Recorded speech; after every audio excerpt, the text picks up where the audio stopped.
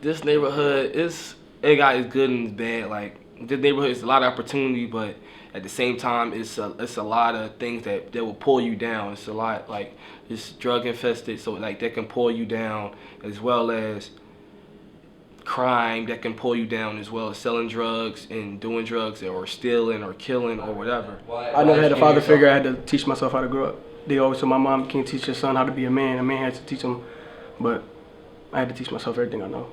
Much. But growing up, witnessed a lot of things, poverty, family going through a lot of things, this and that. But for some reason, I just don't want to like talk about that though. Okay, I understand. Yeah. That's pretty rough. I mean, you see a lot of drug dealers, a lot of fights, a lot of violence. It's just dangerous, you know. But I kind of, you know, you try not to associate yourself with that. You try to just do the best you can, but you see it all over the place. You know, you go down to you know, Kensington and Somerset, and you can't walk down. You know, you can't walk around without someone trying to sell you dope. You know, you can't look at the ground without seeing a needle or a bag. So it's rough.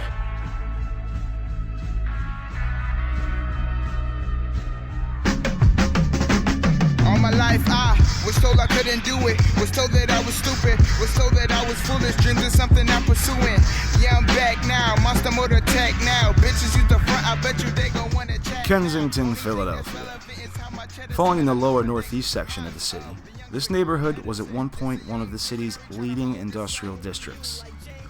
But after deindustrialization took hold in the area of the 1950s, Kensington has since become a hotbed of poverty, crime, and drugs. In 2007, Steve Volks of Philadelphia Weekly listed the intersections of Kensington Avenue and Somerset Street as the #1 drug corner in the city.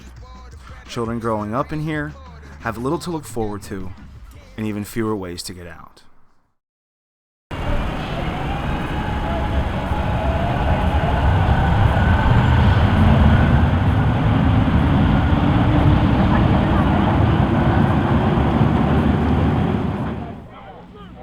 Now in its second year, the Kensington Tigers football team serves the Kensington multiplex of high schools and its population of 1,500 students, as well as Carroll High School in Port Richmond and other charter school students who live in the area. Founded by Fishtown native Coach Elwood Erb, the program's primary goal is to instill the ideals of academic achievement, personal responsibility, and community pride into its players, and become a beacon of hope in a community whose youth need that more than anything. Growing up here, I always wanted to play football, but all they had was soccer. You know, it's a cheap sport. You know, you can just shin pads, ball, goal. Football is very expensive. Erb grew up in Fishtown, the neighborhood next to Kensington. It knows what life for a youth is like when growing up under the L. You know, growing up around these areas, you don't have a whole lot of options. You know, you're playing basketball, or you're drinking, or you're smoking, or you got your lot of, growing up around here, you got a lot of friends, and a lot of friends can take you a lot of different ways. Before I left for Hawaii, I started the basketball league at the Fishtown Rec. That was after a kid named Jason Sweeney was murdered by his own friends.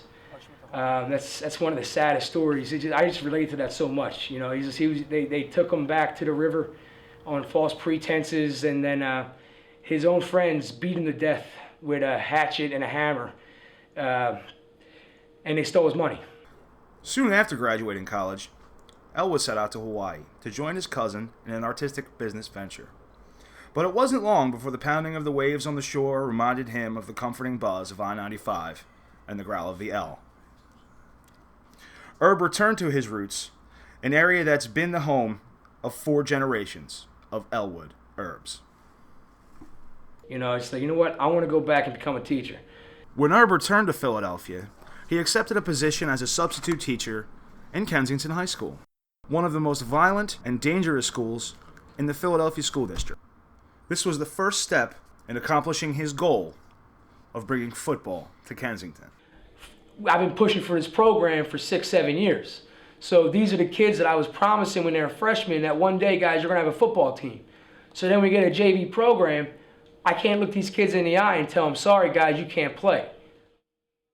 In 2011, Herb's dream became a reality as the Kensington Tigers successfully established a junior varsity team and compiled an impressive record of 8-1.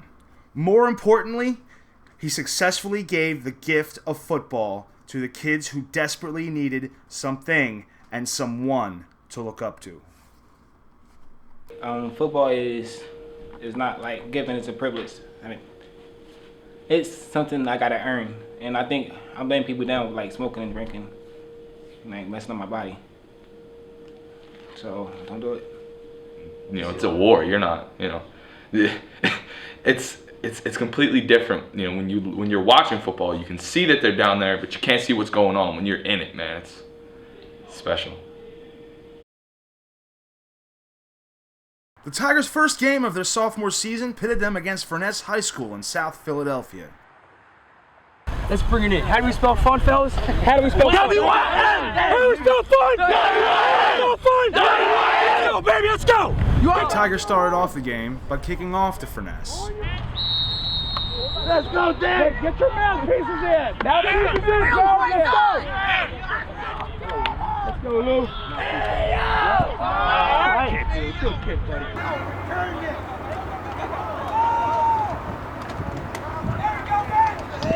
Furness came out in their spread offense and attempted to air out the ball with a vertical passing attack. But good defense and physical play by the Tigers secondary caused an incompletion on the opening play from scrimmage. Kensington defense forced the punt, but a fumbled exchange had the Tigers moving backwards. After the initial mental lapse, Kensington found themselves moving the ball, thanks to a balanced running game featuring the tandem of number 2, Jolique Milton, and number 15, Dejan Reason. But another miscue with ball security saw the Tigers turning the ball over to Furness. Following the turnover, Furness drove the ball all the way to their goal line, when number 51, Randy Sforza, made the game's first big play. I didn't. When Kensington returned to offense after the interception, quarterback, number 11, Felix Rodriguez, unleashed the long ball, completing a seam pattern to number 10, Rafiq Johnson. But they couldn't capitalize, as the drive stalled and Furness began to take control of the game, scoring the game's first points on a deep pass play.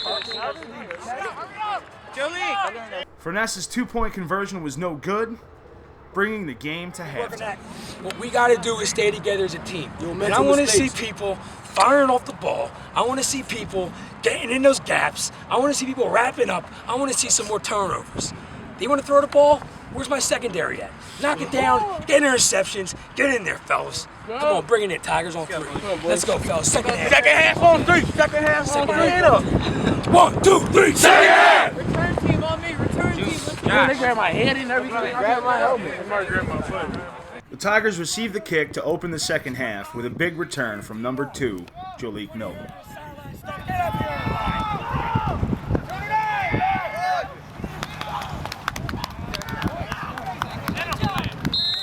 And they continued their ground assault with number 15, Dejan Reason, showing his agility.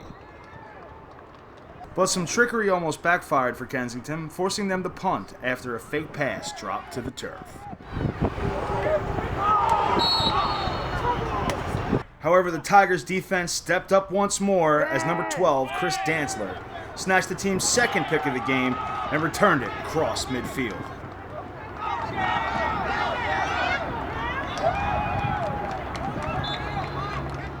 Despite another gift from the defense, Kensington struggled to produce points, and Furness retook the field on offense. The sidelines motivation wasn't enough when Furness broke the game open with a monster run, taking the 2-possession lead with a touch and a successful 2-point play. We got work to do, fellas. Don't get your heads down. Come on now. Stay together as a team. Stay together. Pick each other up. I don't want to change nothing. Y'all put a good ass angle on that board. Last-ditch offensive efforts weren't enough for the Tigers as the Hail Mary pass found no receiver. Despite the defeat, Herb maintained that his team remains positive and focused and learned from the loss rather than get upset over it. Guys, there's a lot of good positives today. A lot of positives, okay? Orlando had a meanest hit of the season. Let's clap that up. We're talking about my man Lou over here saving us twice in the puck game. Okay? We got Randy with an interception and Chris with an interception. All right? And we got Jolie coming in here just tearing stuff up. Okay? But here's the deal. We got to be out there tomorrow. Okay? After school, we're on the field by 3:30. Okay? We got to start putting more work in up there, fellas. Everyone get out. Tomorrow we're having a spaghetti dinner at practice. As a team. Yeah. Okay, as a team. All right, so guys, I don't want to see no one's head down tomorrow or tonight. We lost. Okay? We lost. Okay, but you know what it is? You know what it is? We're going to pull together. We're going to practice. We're going to come out next week. My leaders are going to step up, and we're going to lead, and we're going to win, and we're going to fight. Because we're from Kensington, and we don't give up ever. And I'm proud of you guys today for not giving up. Clap that up. Yeah. Clap that up. Bring it in. Bring it in. Exactly. We're going to get better. Tomorrow we got practice, baby. We got practice. Coach V need to shape up. Tigers on 3. 1, 2, 3. Tigers! In his time as Kensington football's head coach, Elwood Herb has not only given the kids of Kensington a football team, but also a support system and a rock to hold on to and confide in. He's more than just a coach to these kids.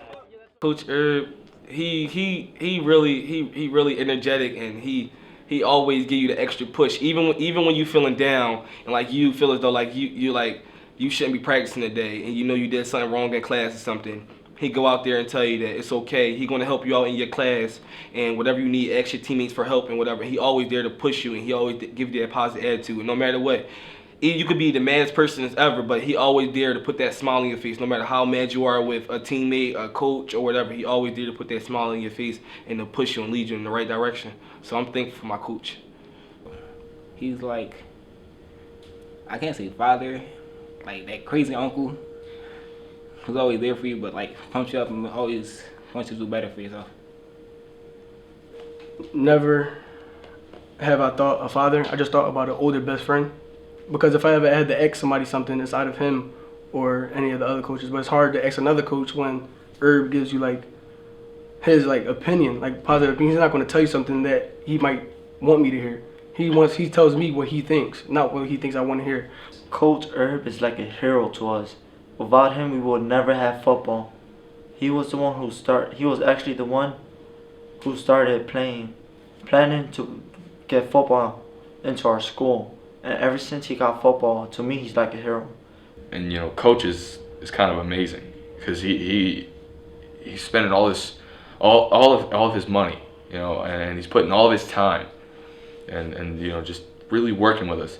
It's one of the saddest things to me is to see kids just fall to the wayside because they don't have anyone to connect with. And I think football really helps some of these more quiet kids, you know, that may not have a lot of self-confidence. But when you put pads on them and, you know, you teach them and you give them that, you know, that fire in them, that, you know, they understand that they can do something. They have power. They are enabled. They are, you know, capable. And from there, sky's the limit. While most of Kensington's football players have limited experience, only 4 players are seniors, and the vast majority are playing football for the first time this season. The game has already left a lasting impact on them. Right now, football in school is my life right now, so that's all I'm focusing on is football in school. You take a kid who's only seen drug dealing and he's only seen a bunch of drug addicts, and you put him on a football field and you show him leadership, and you show him, you know, you better work with these people, because if they don't like you, you're gonna get hurt, and if you don't like them, you're gonna be angry and you're not gonna do your job, and then somebody else is gonna get hurt and you're gonna get cut. You know, if you want to play on this team, you gotta do things right, and it changes people. So like, being a part of that and offering that to this community, I think that's special.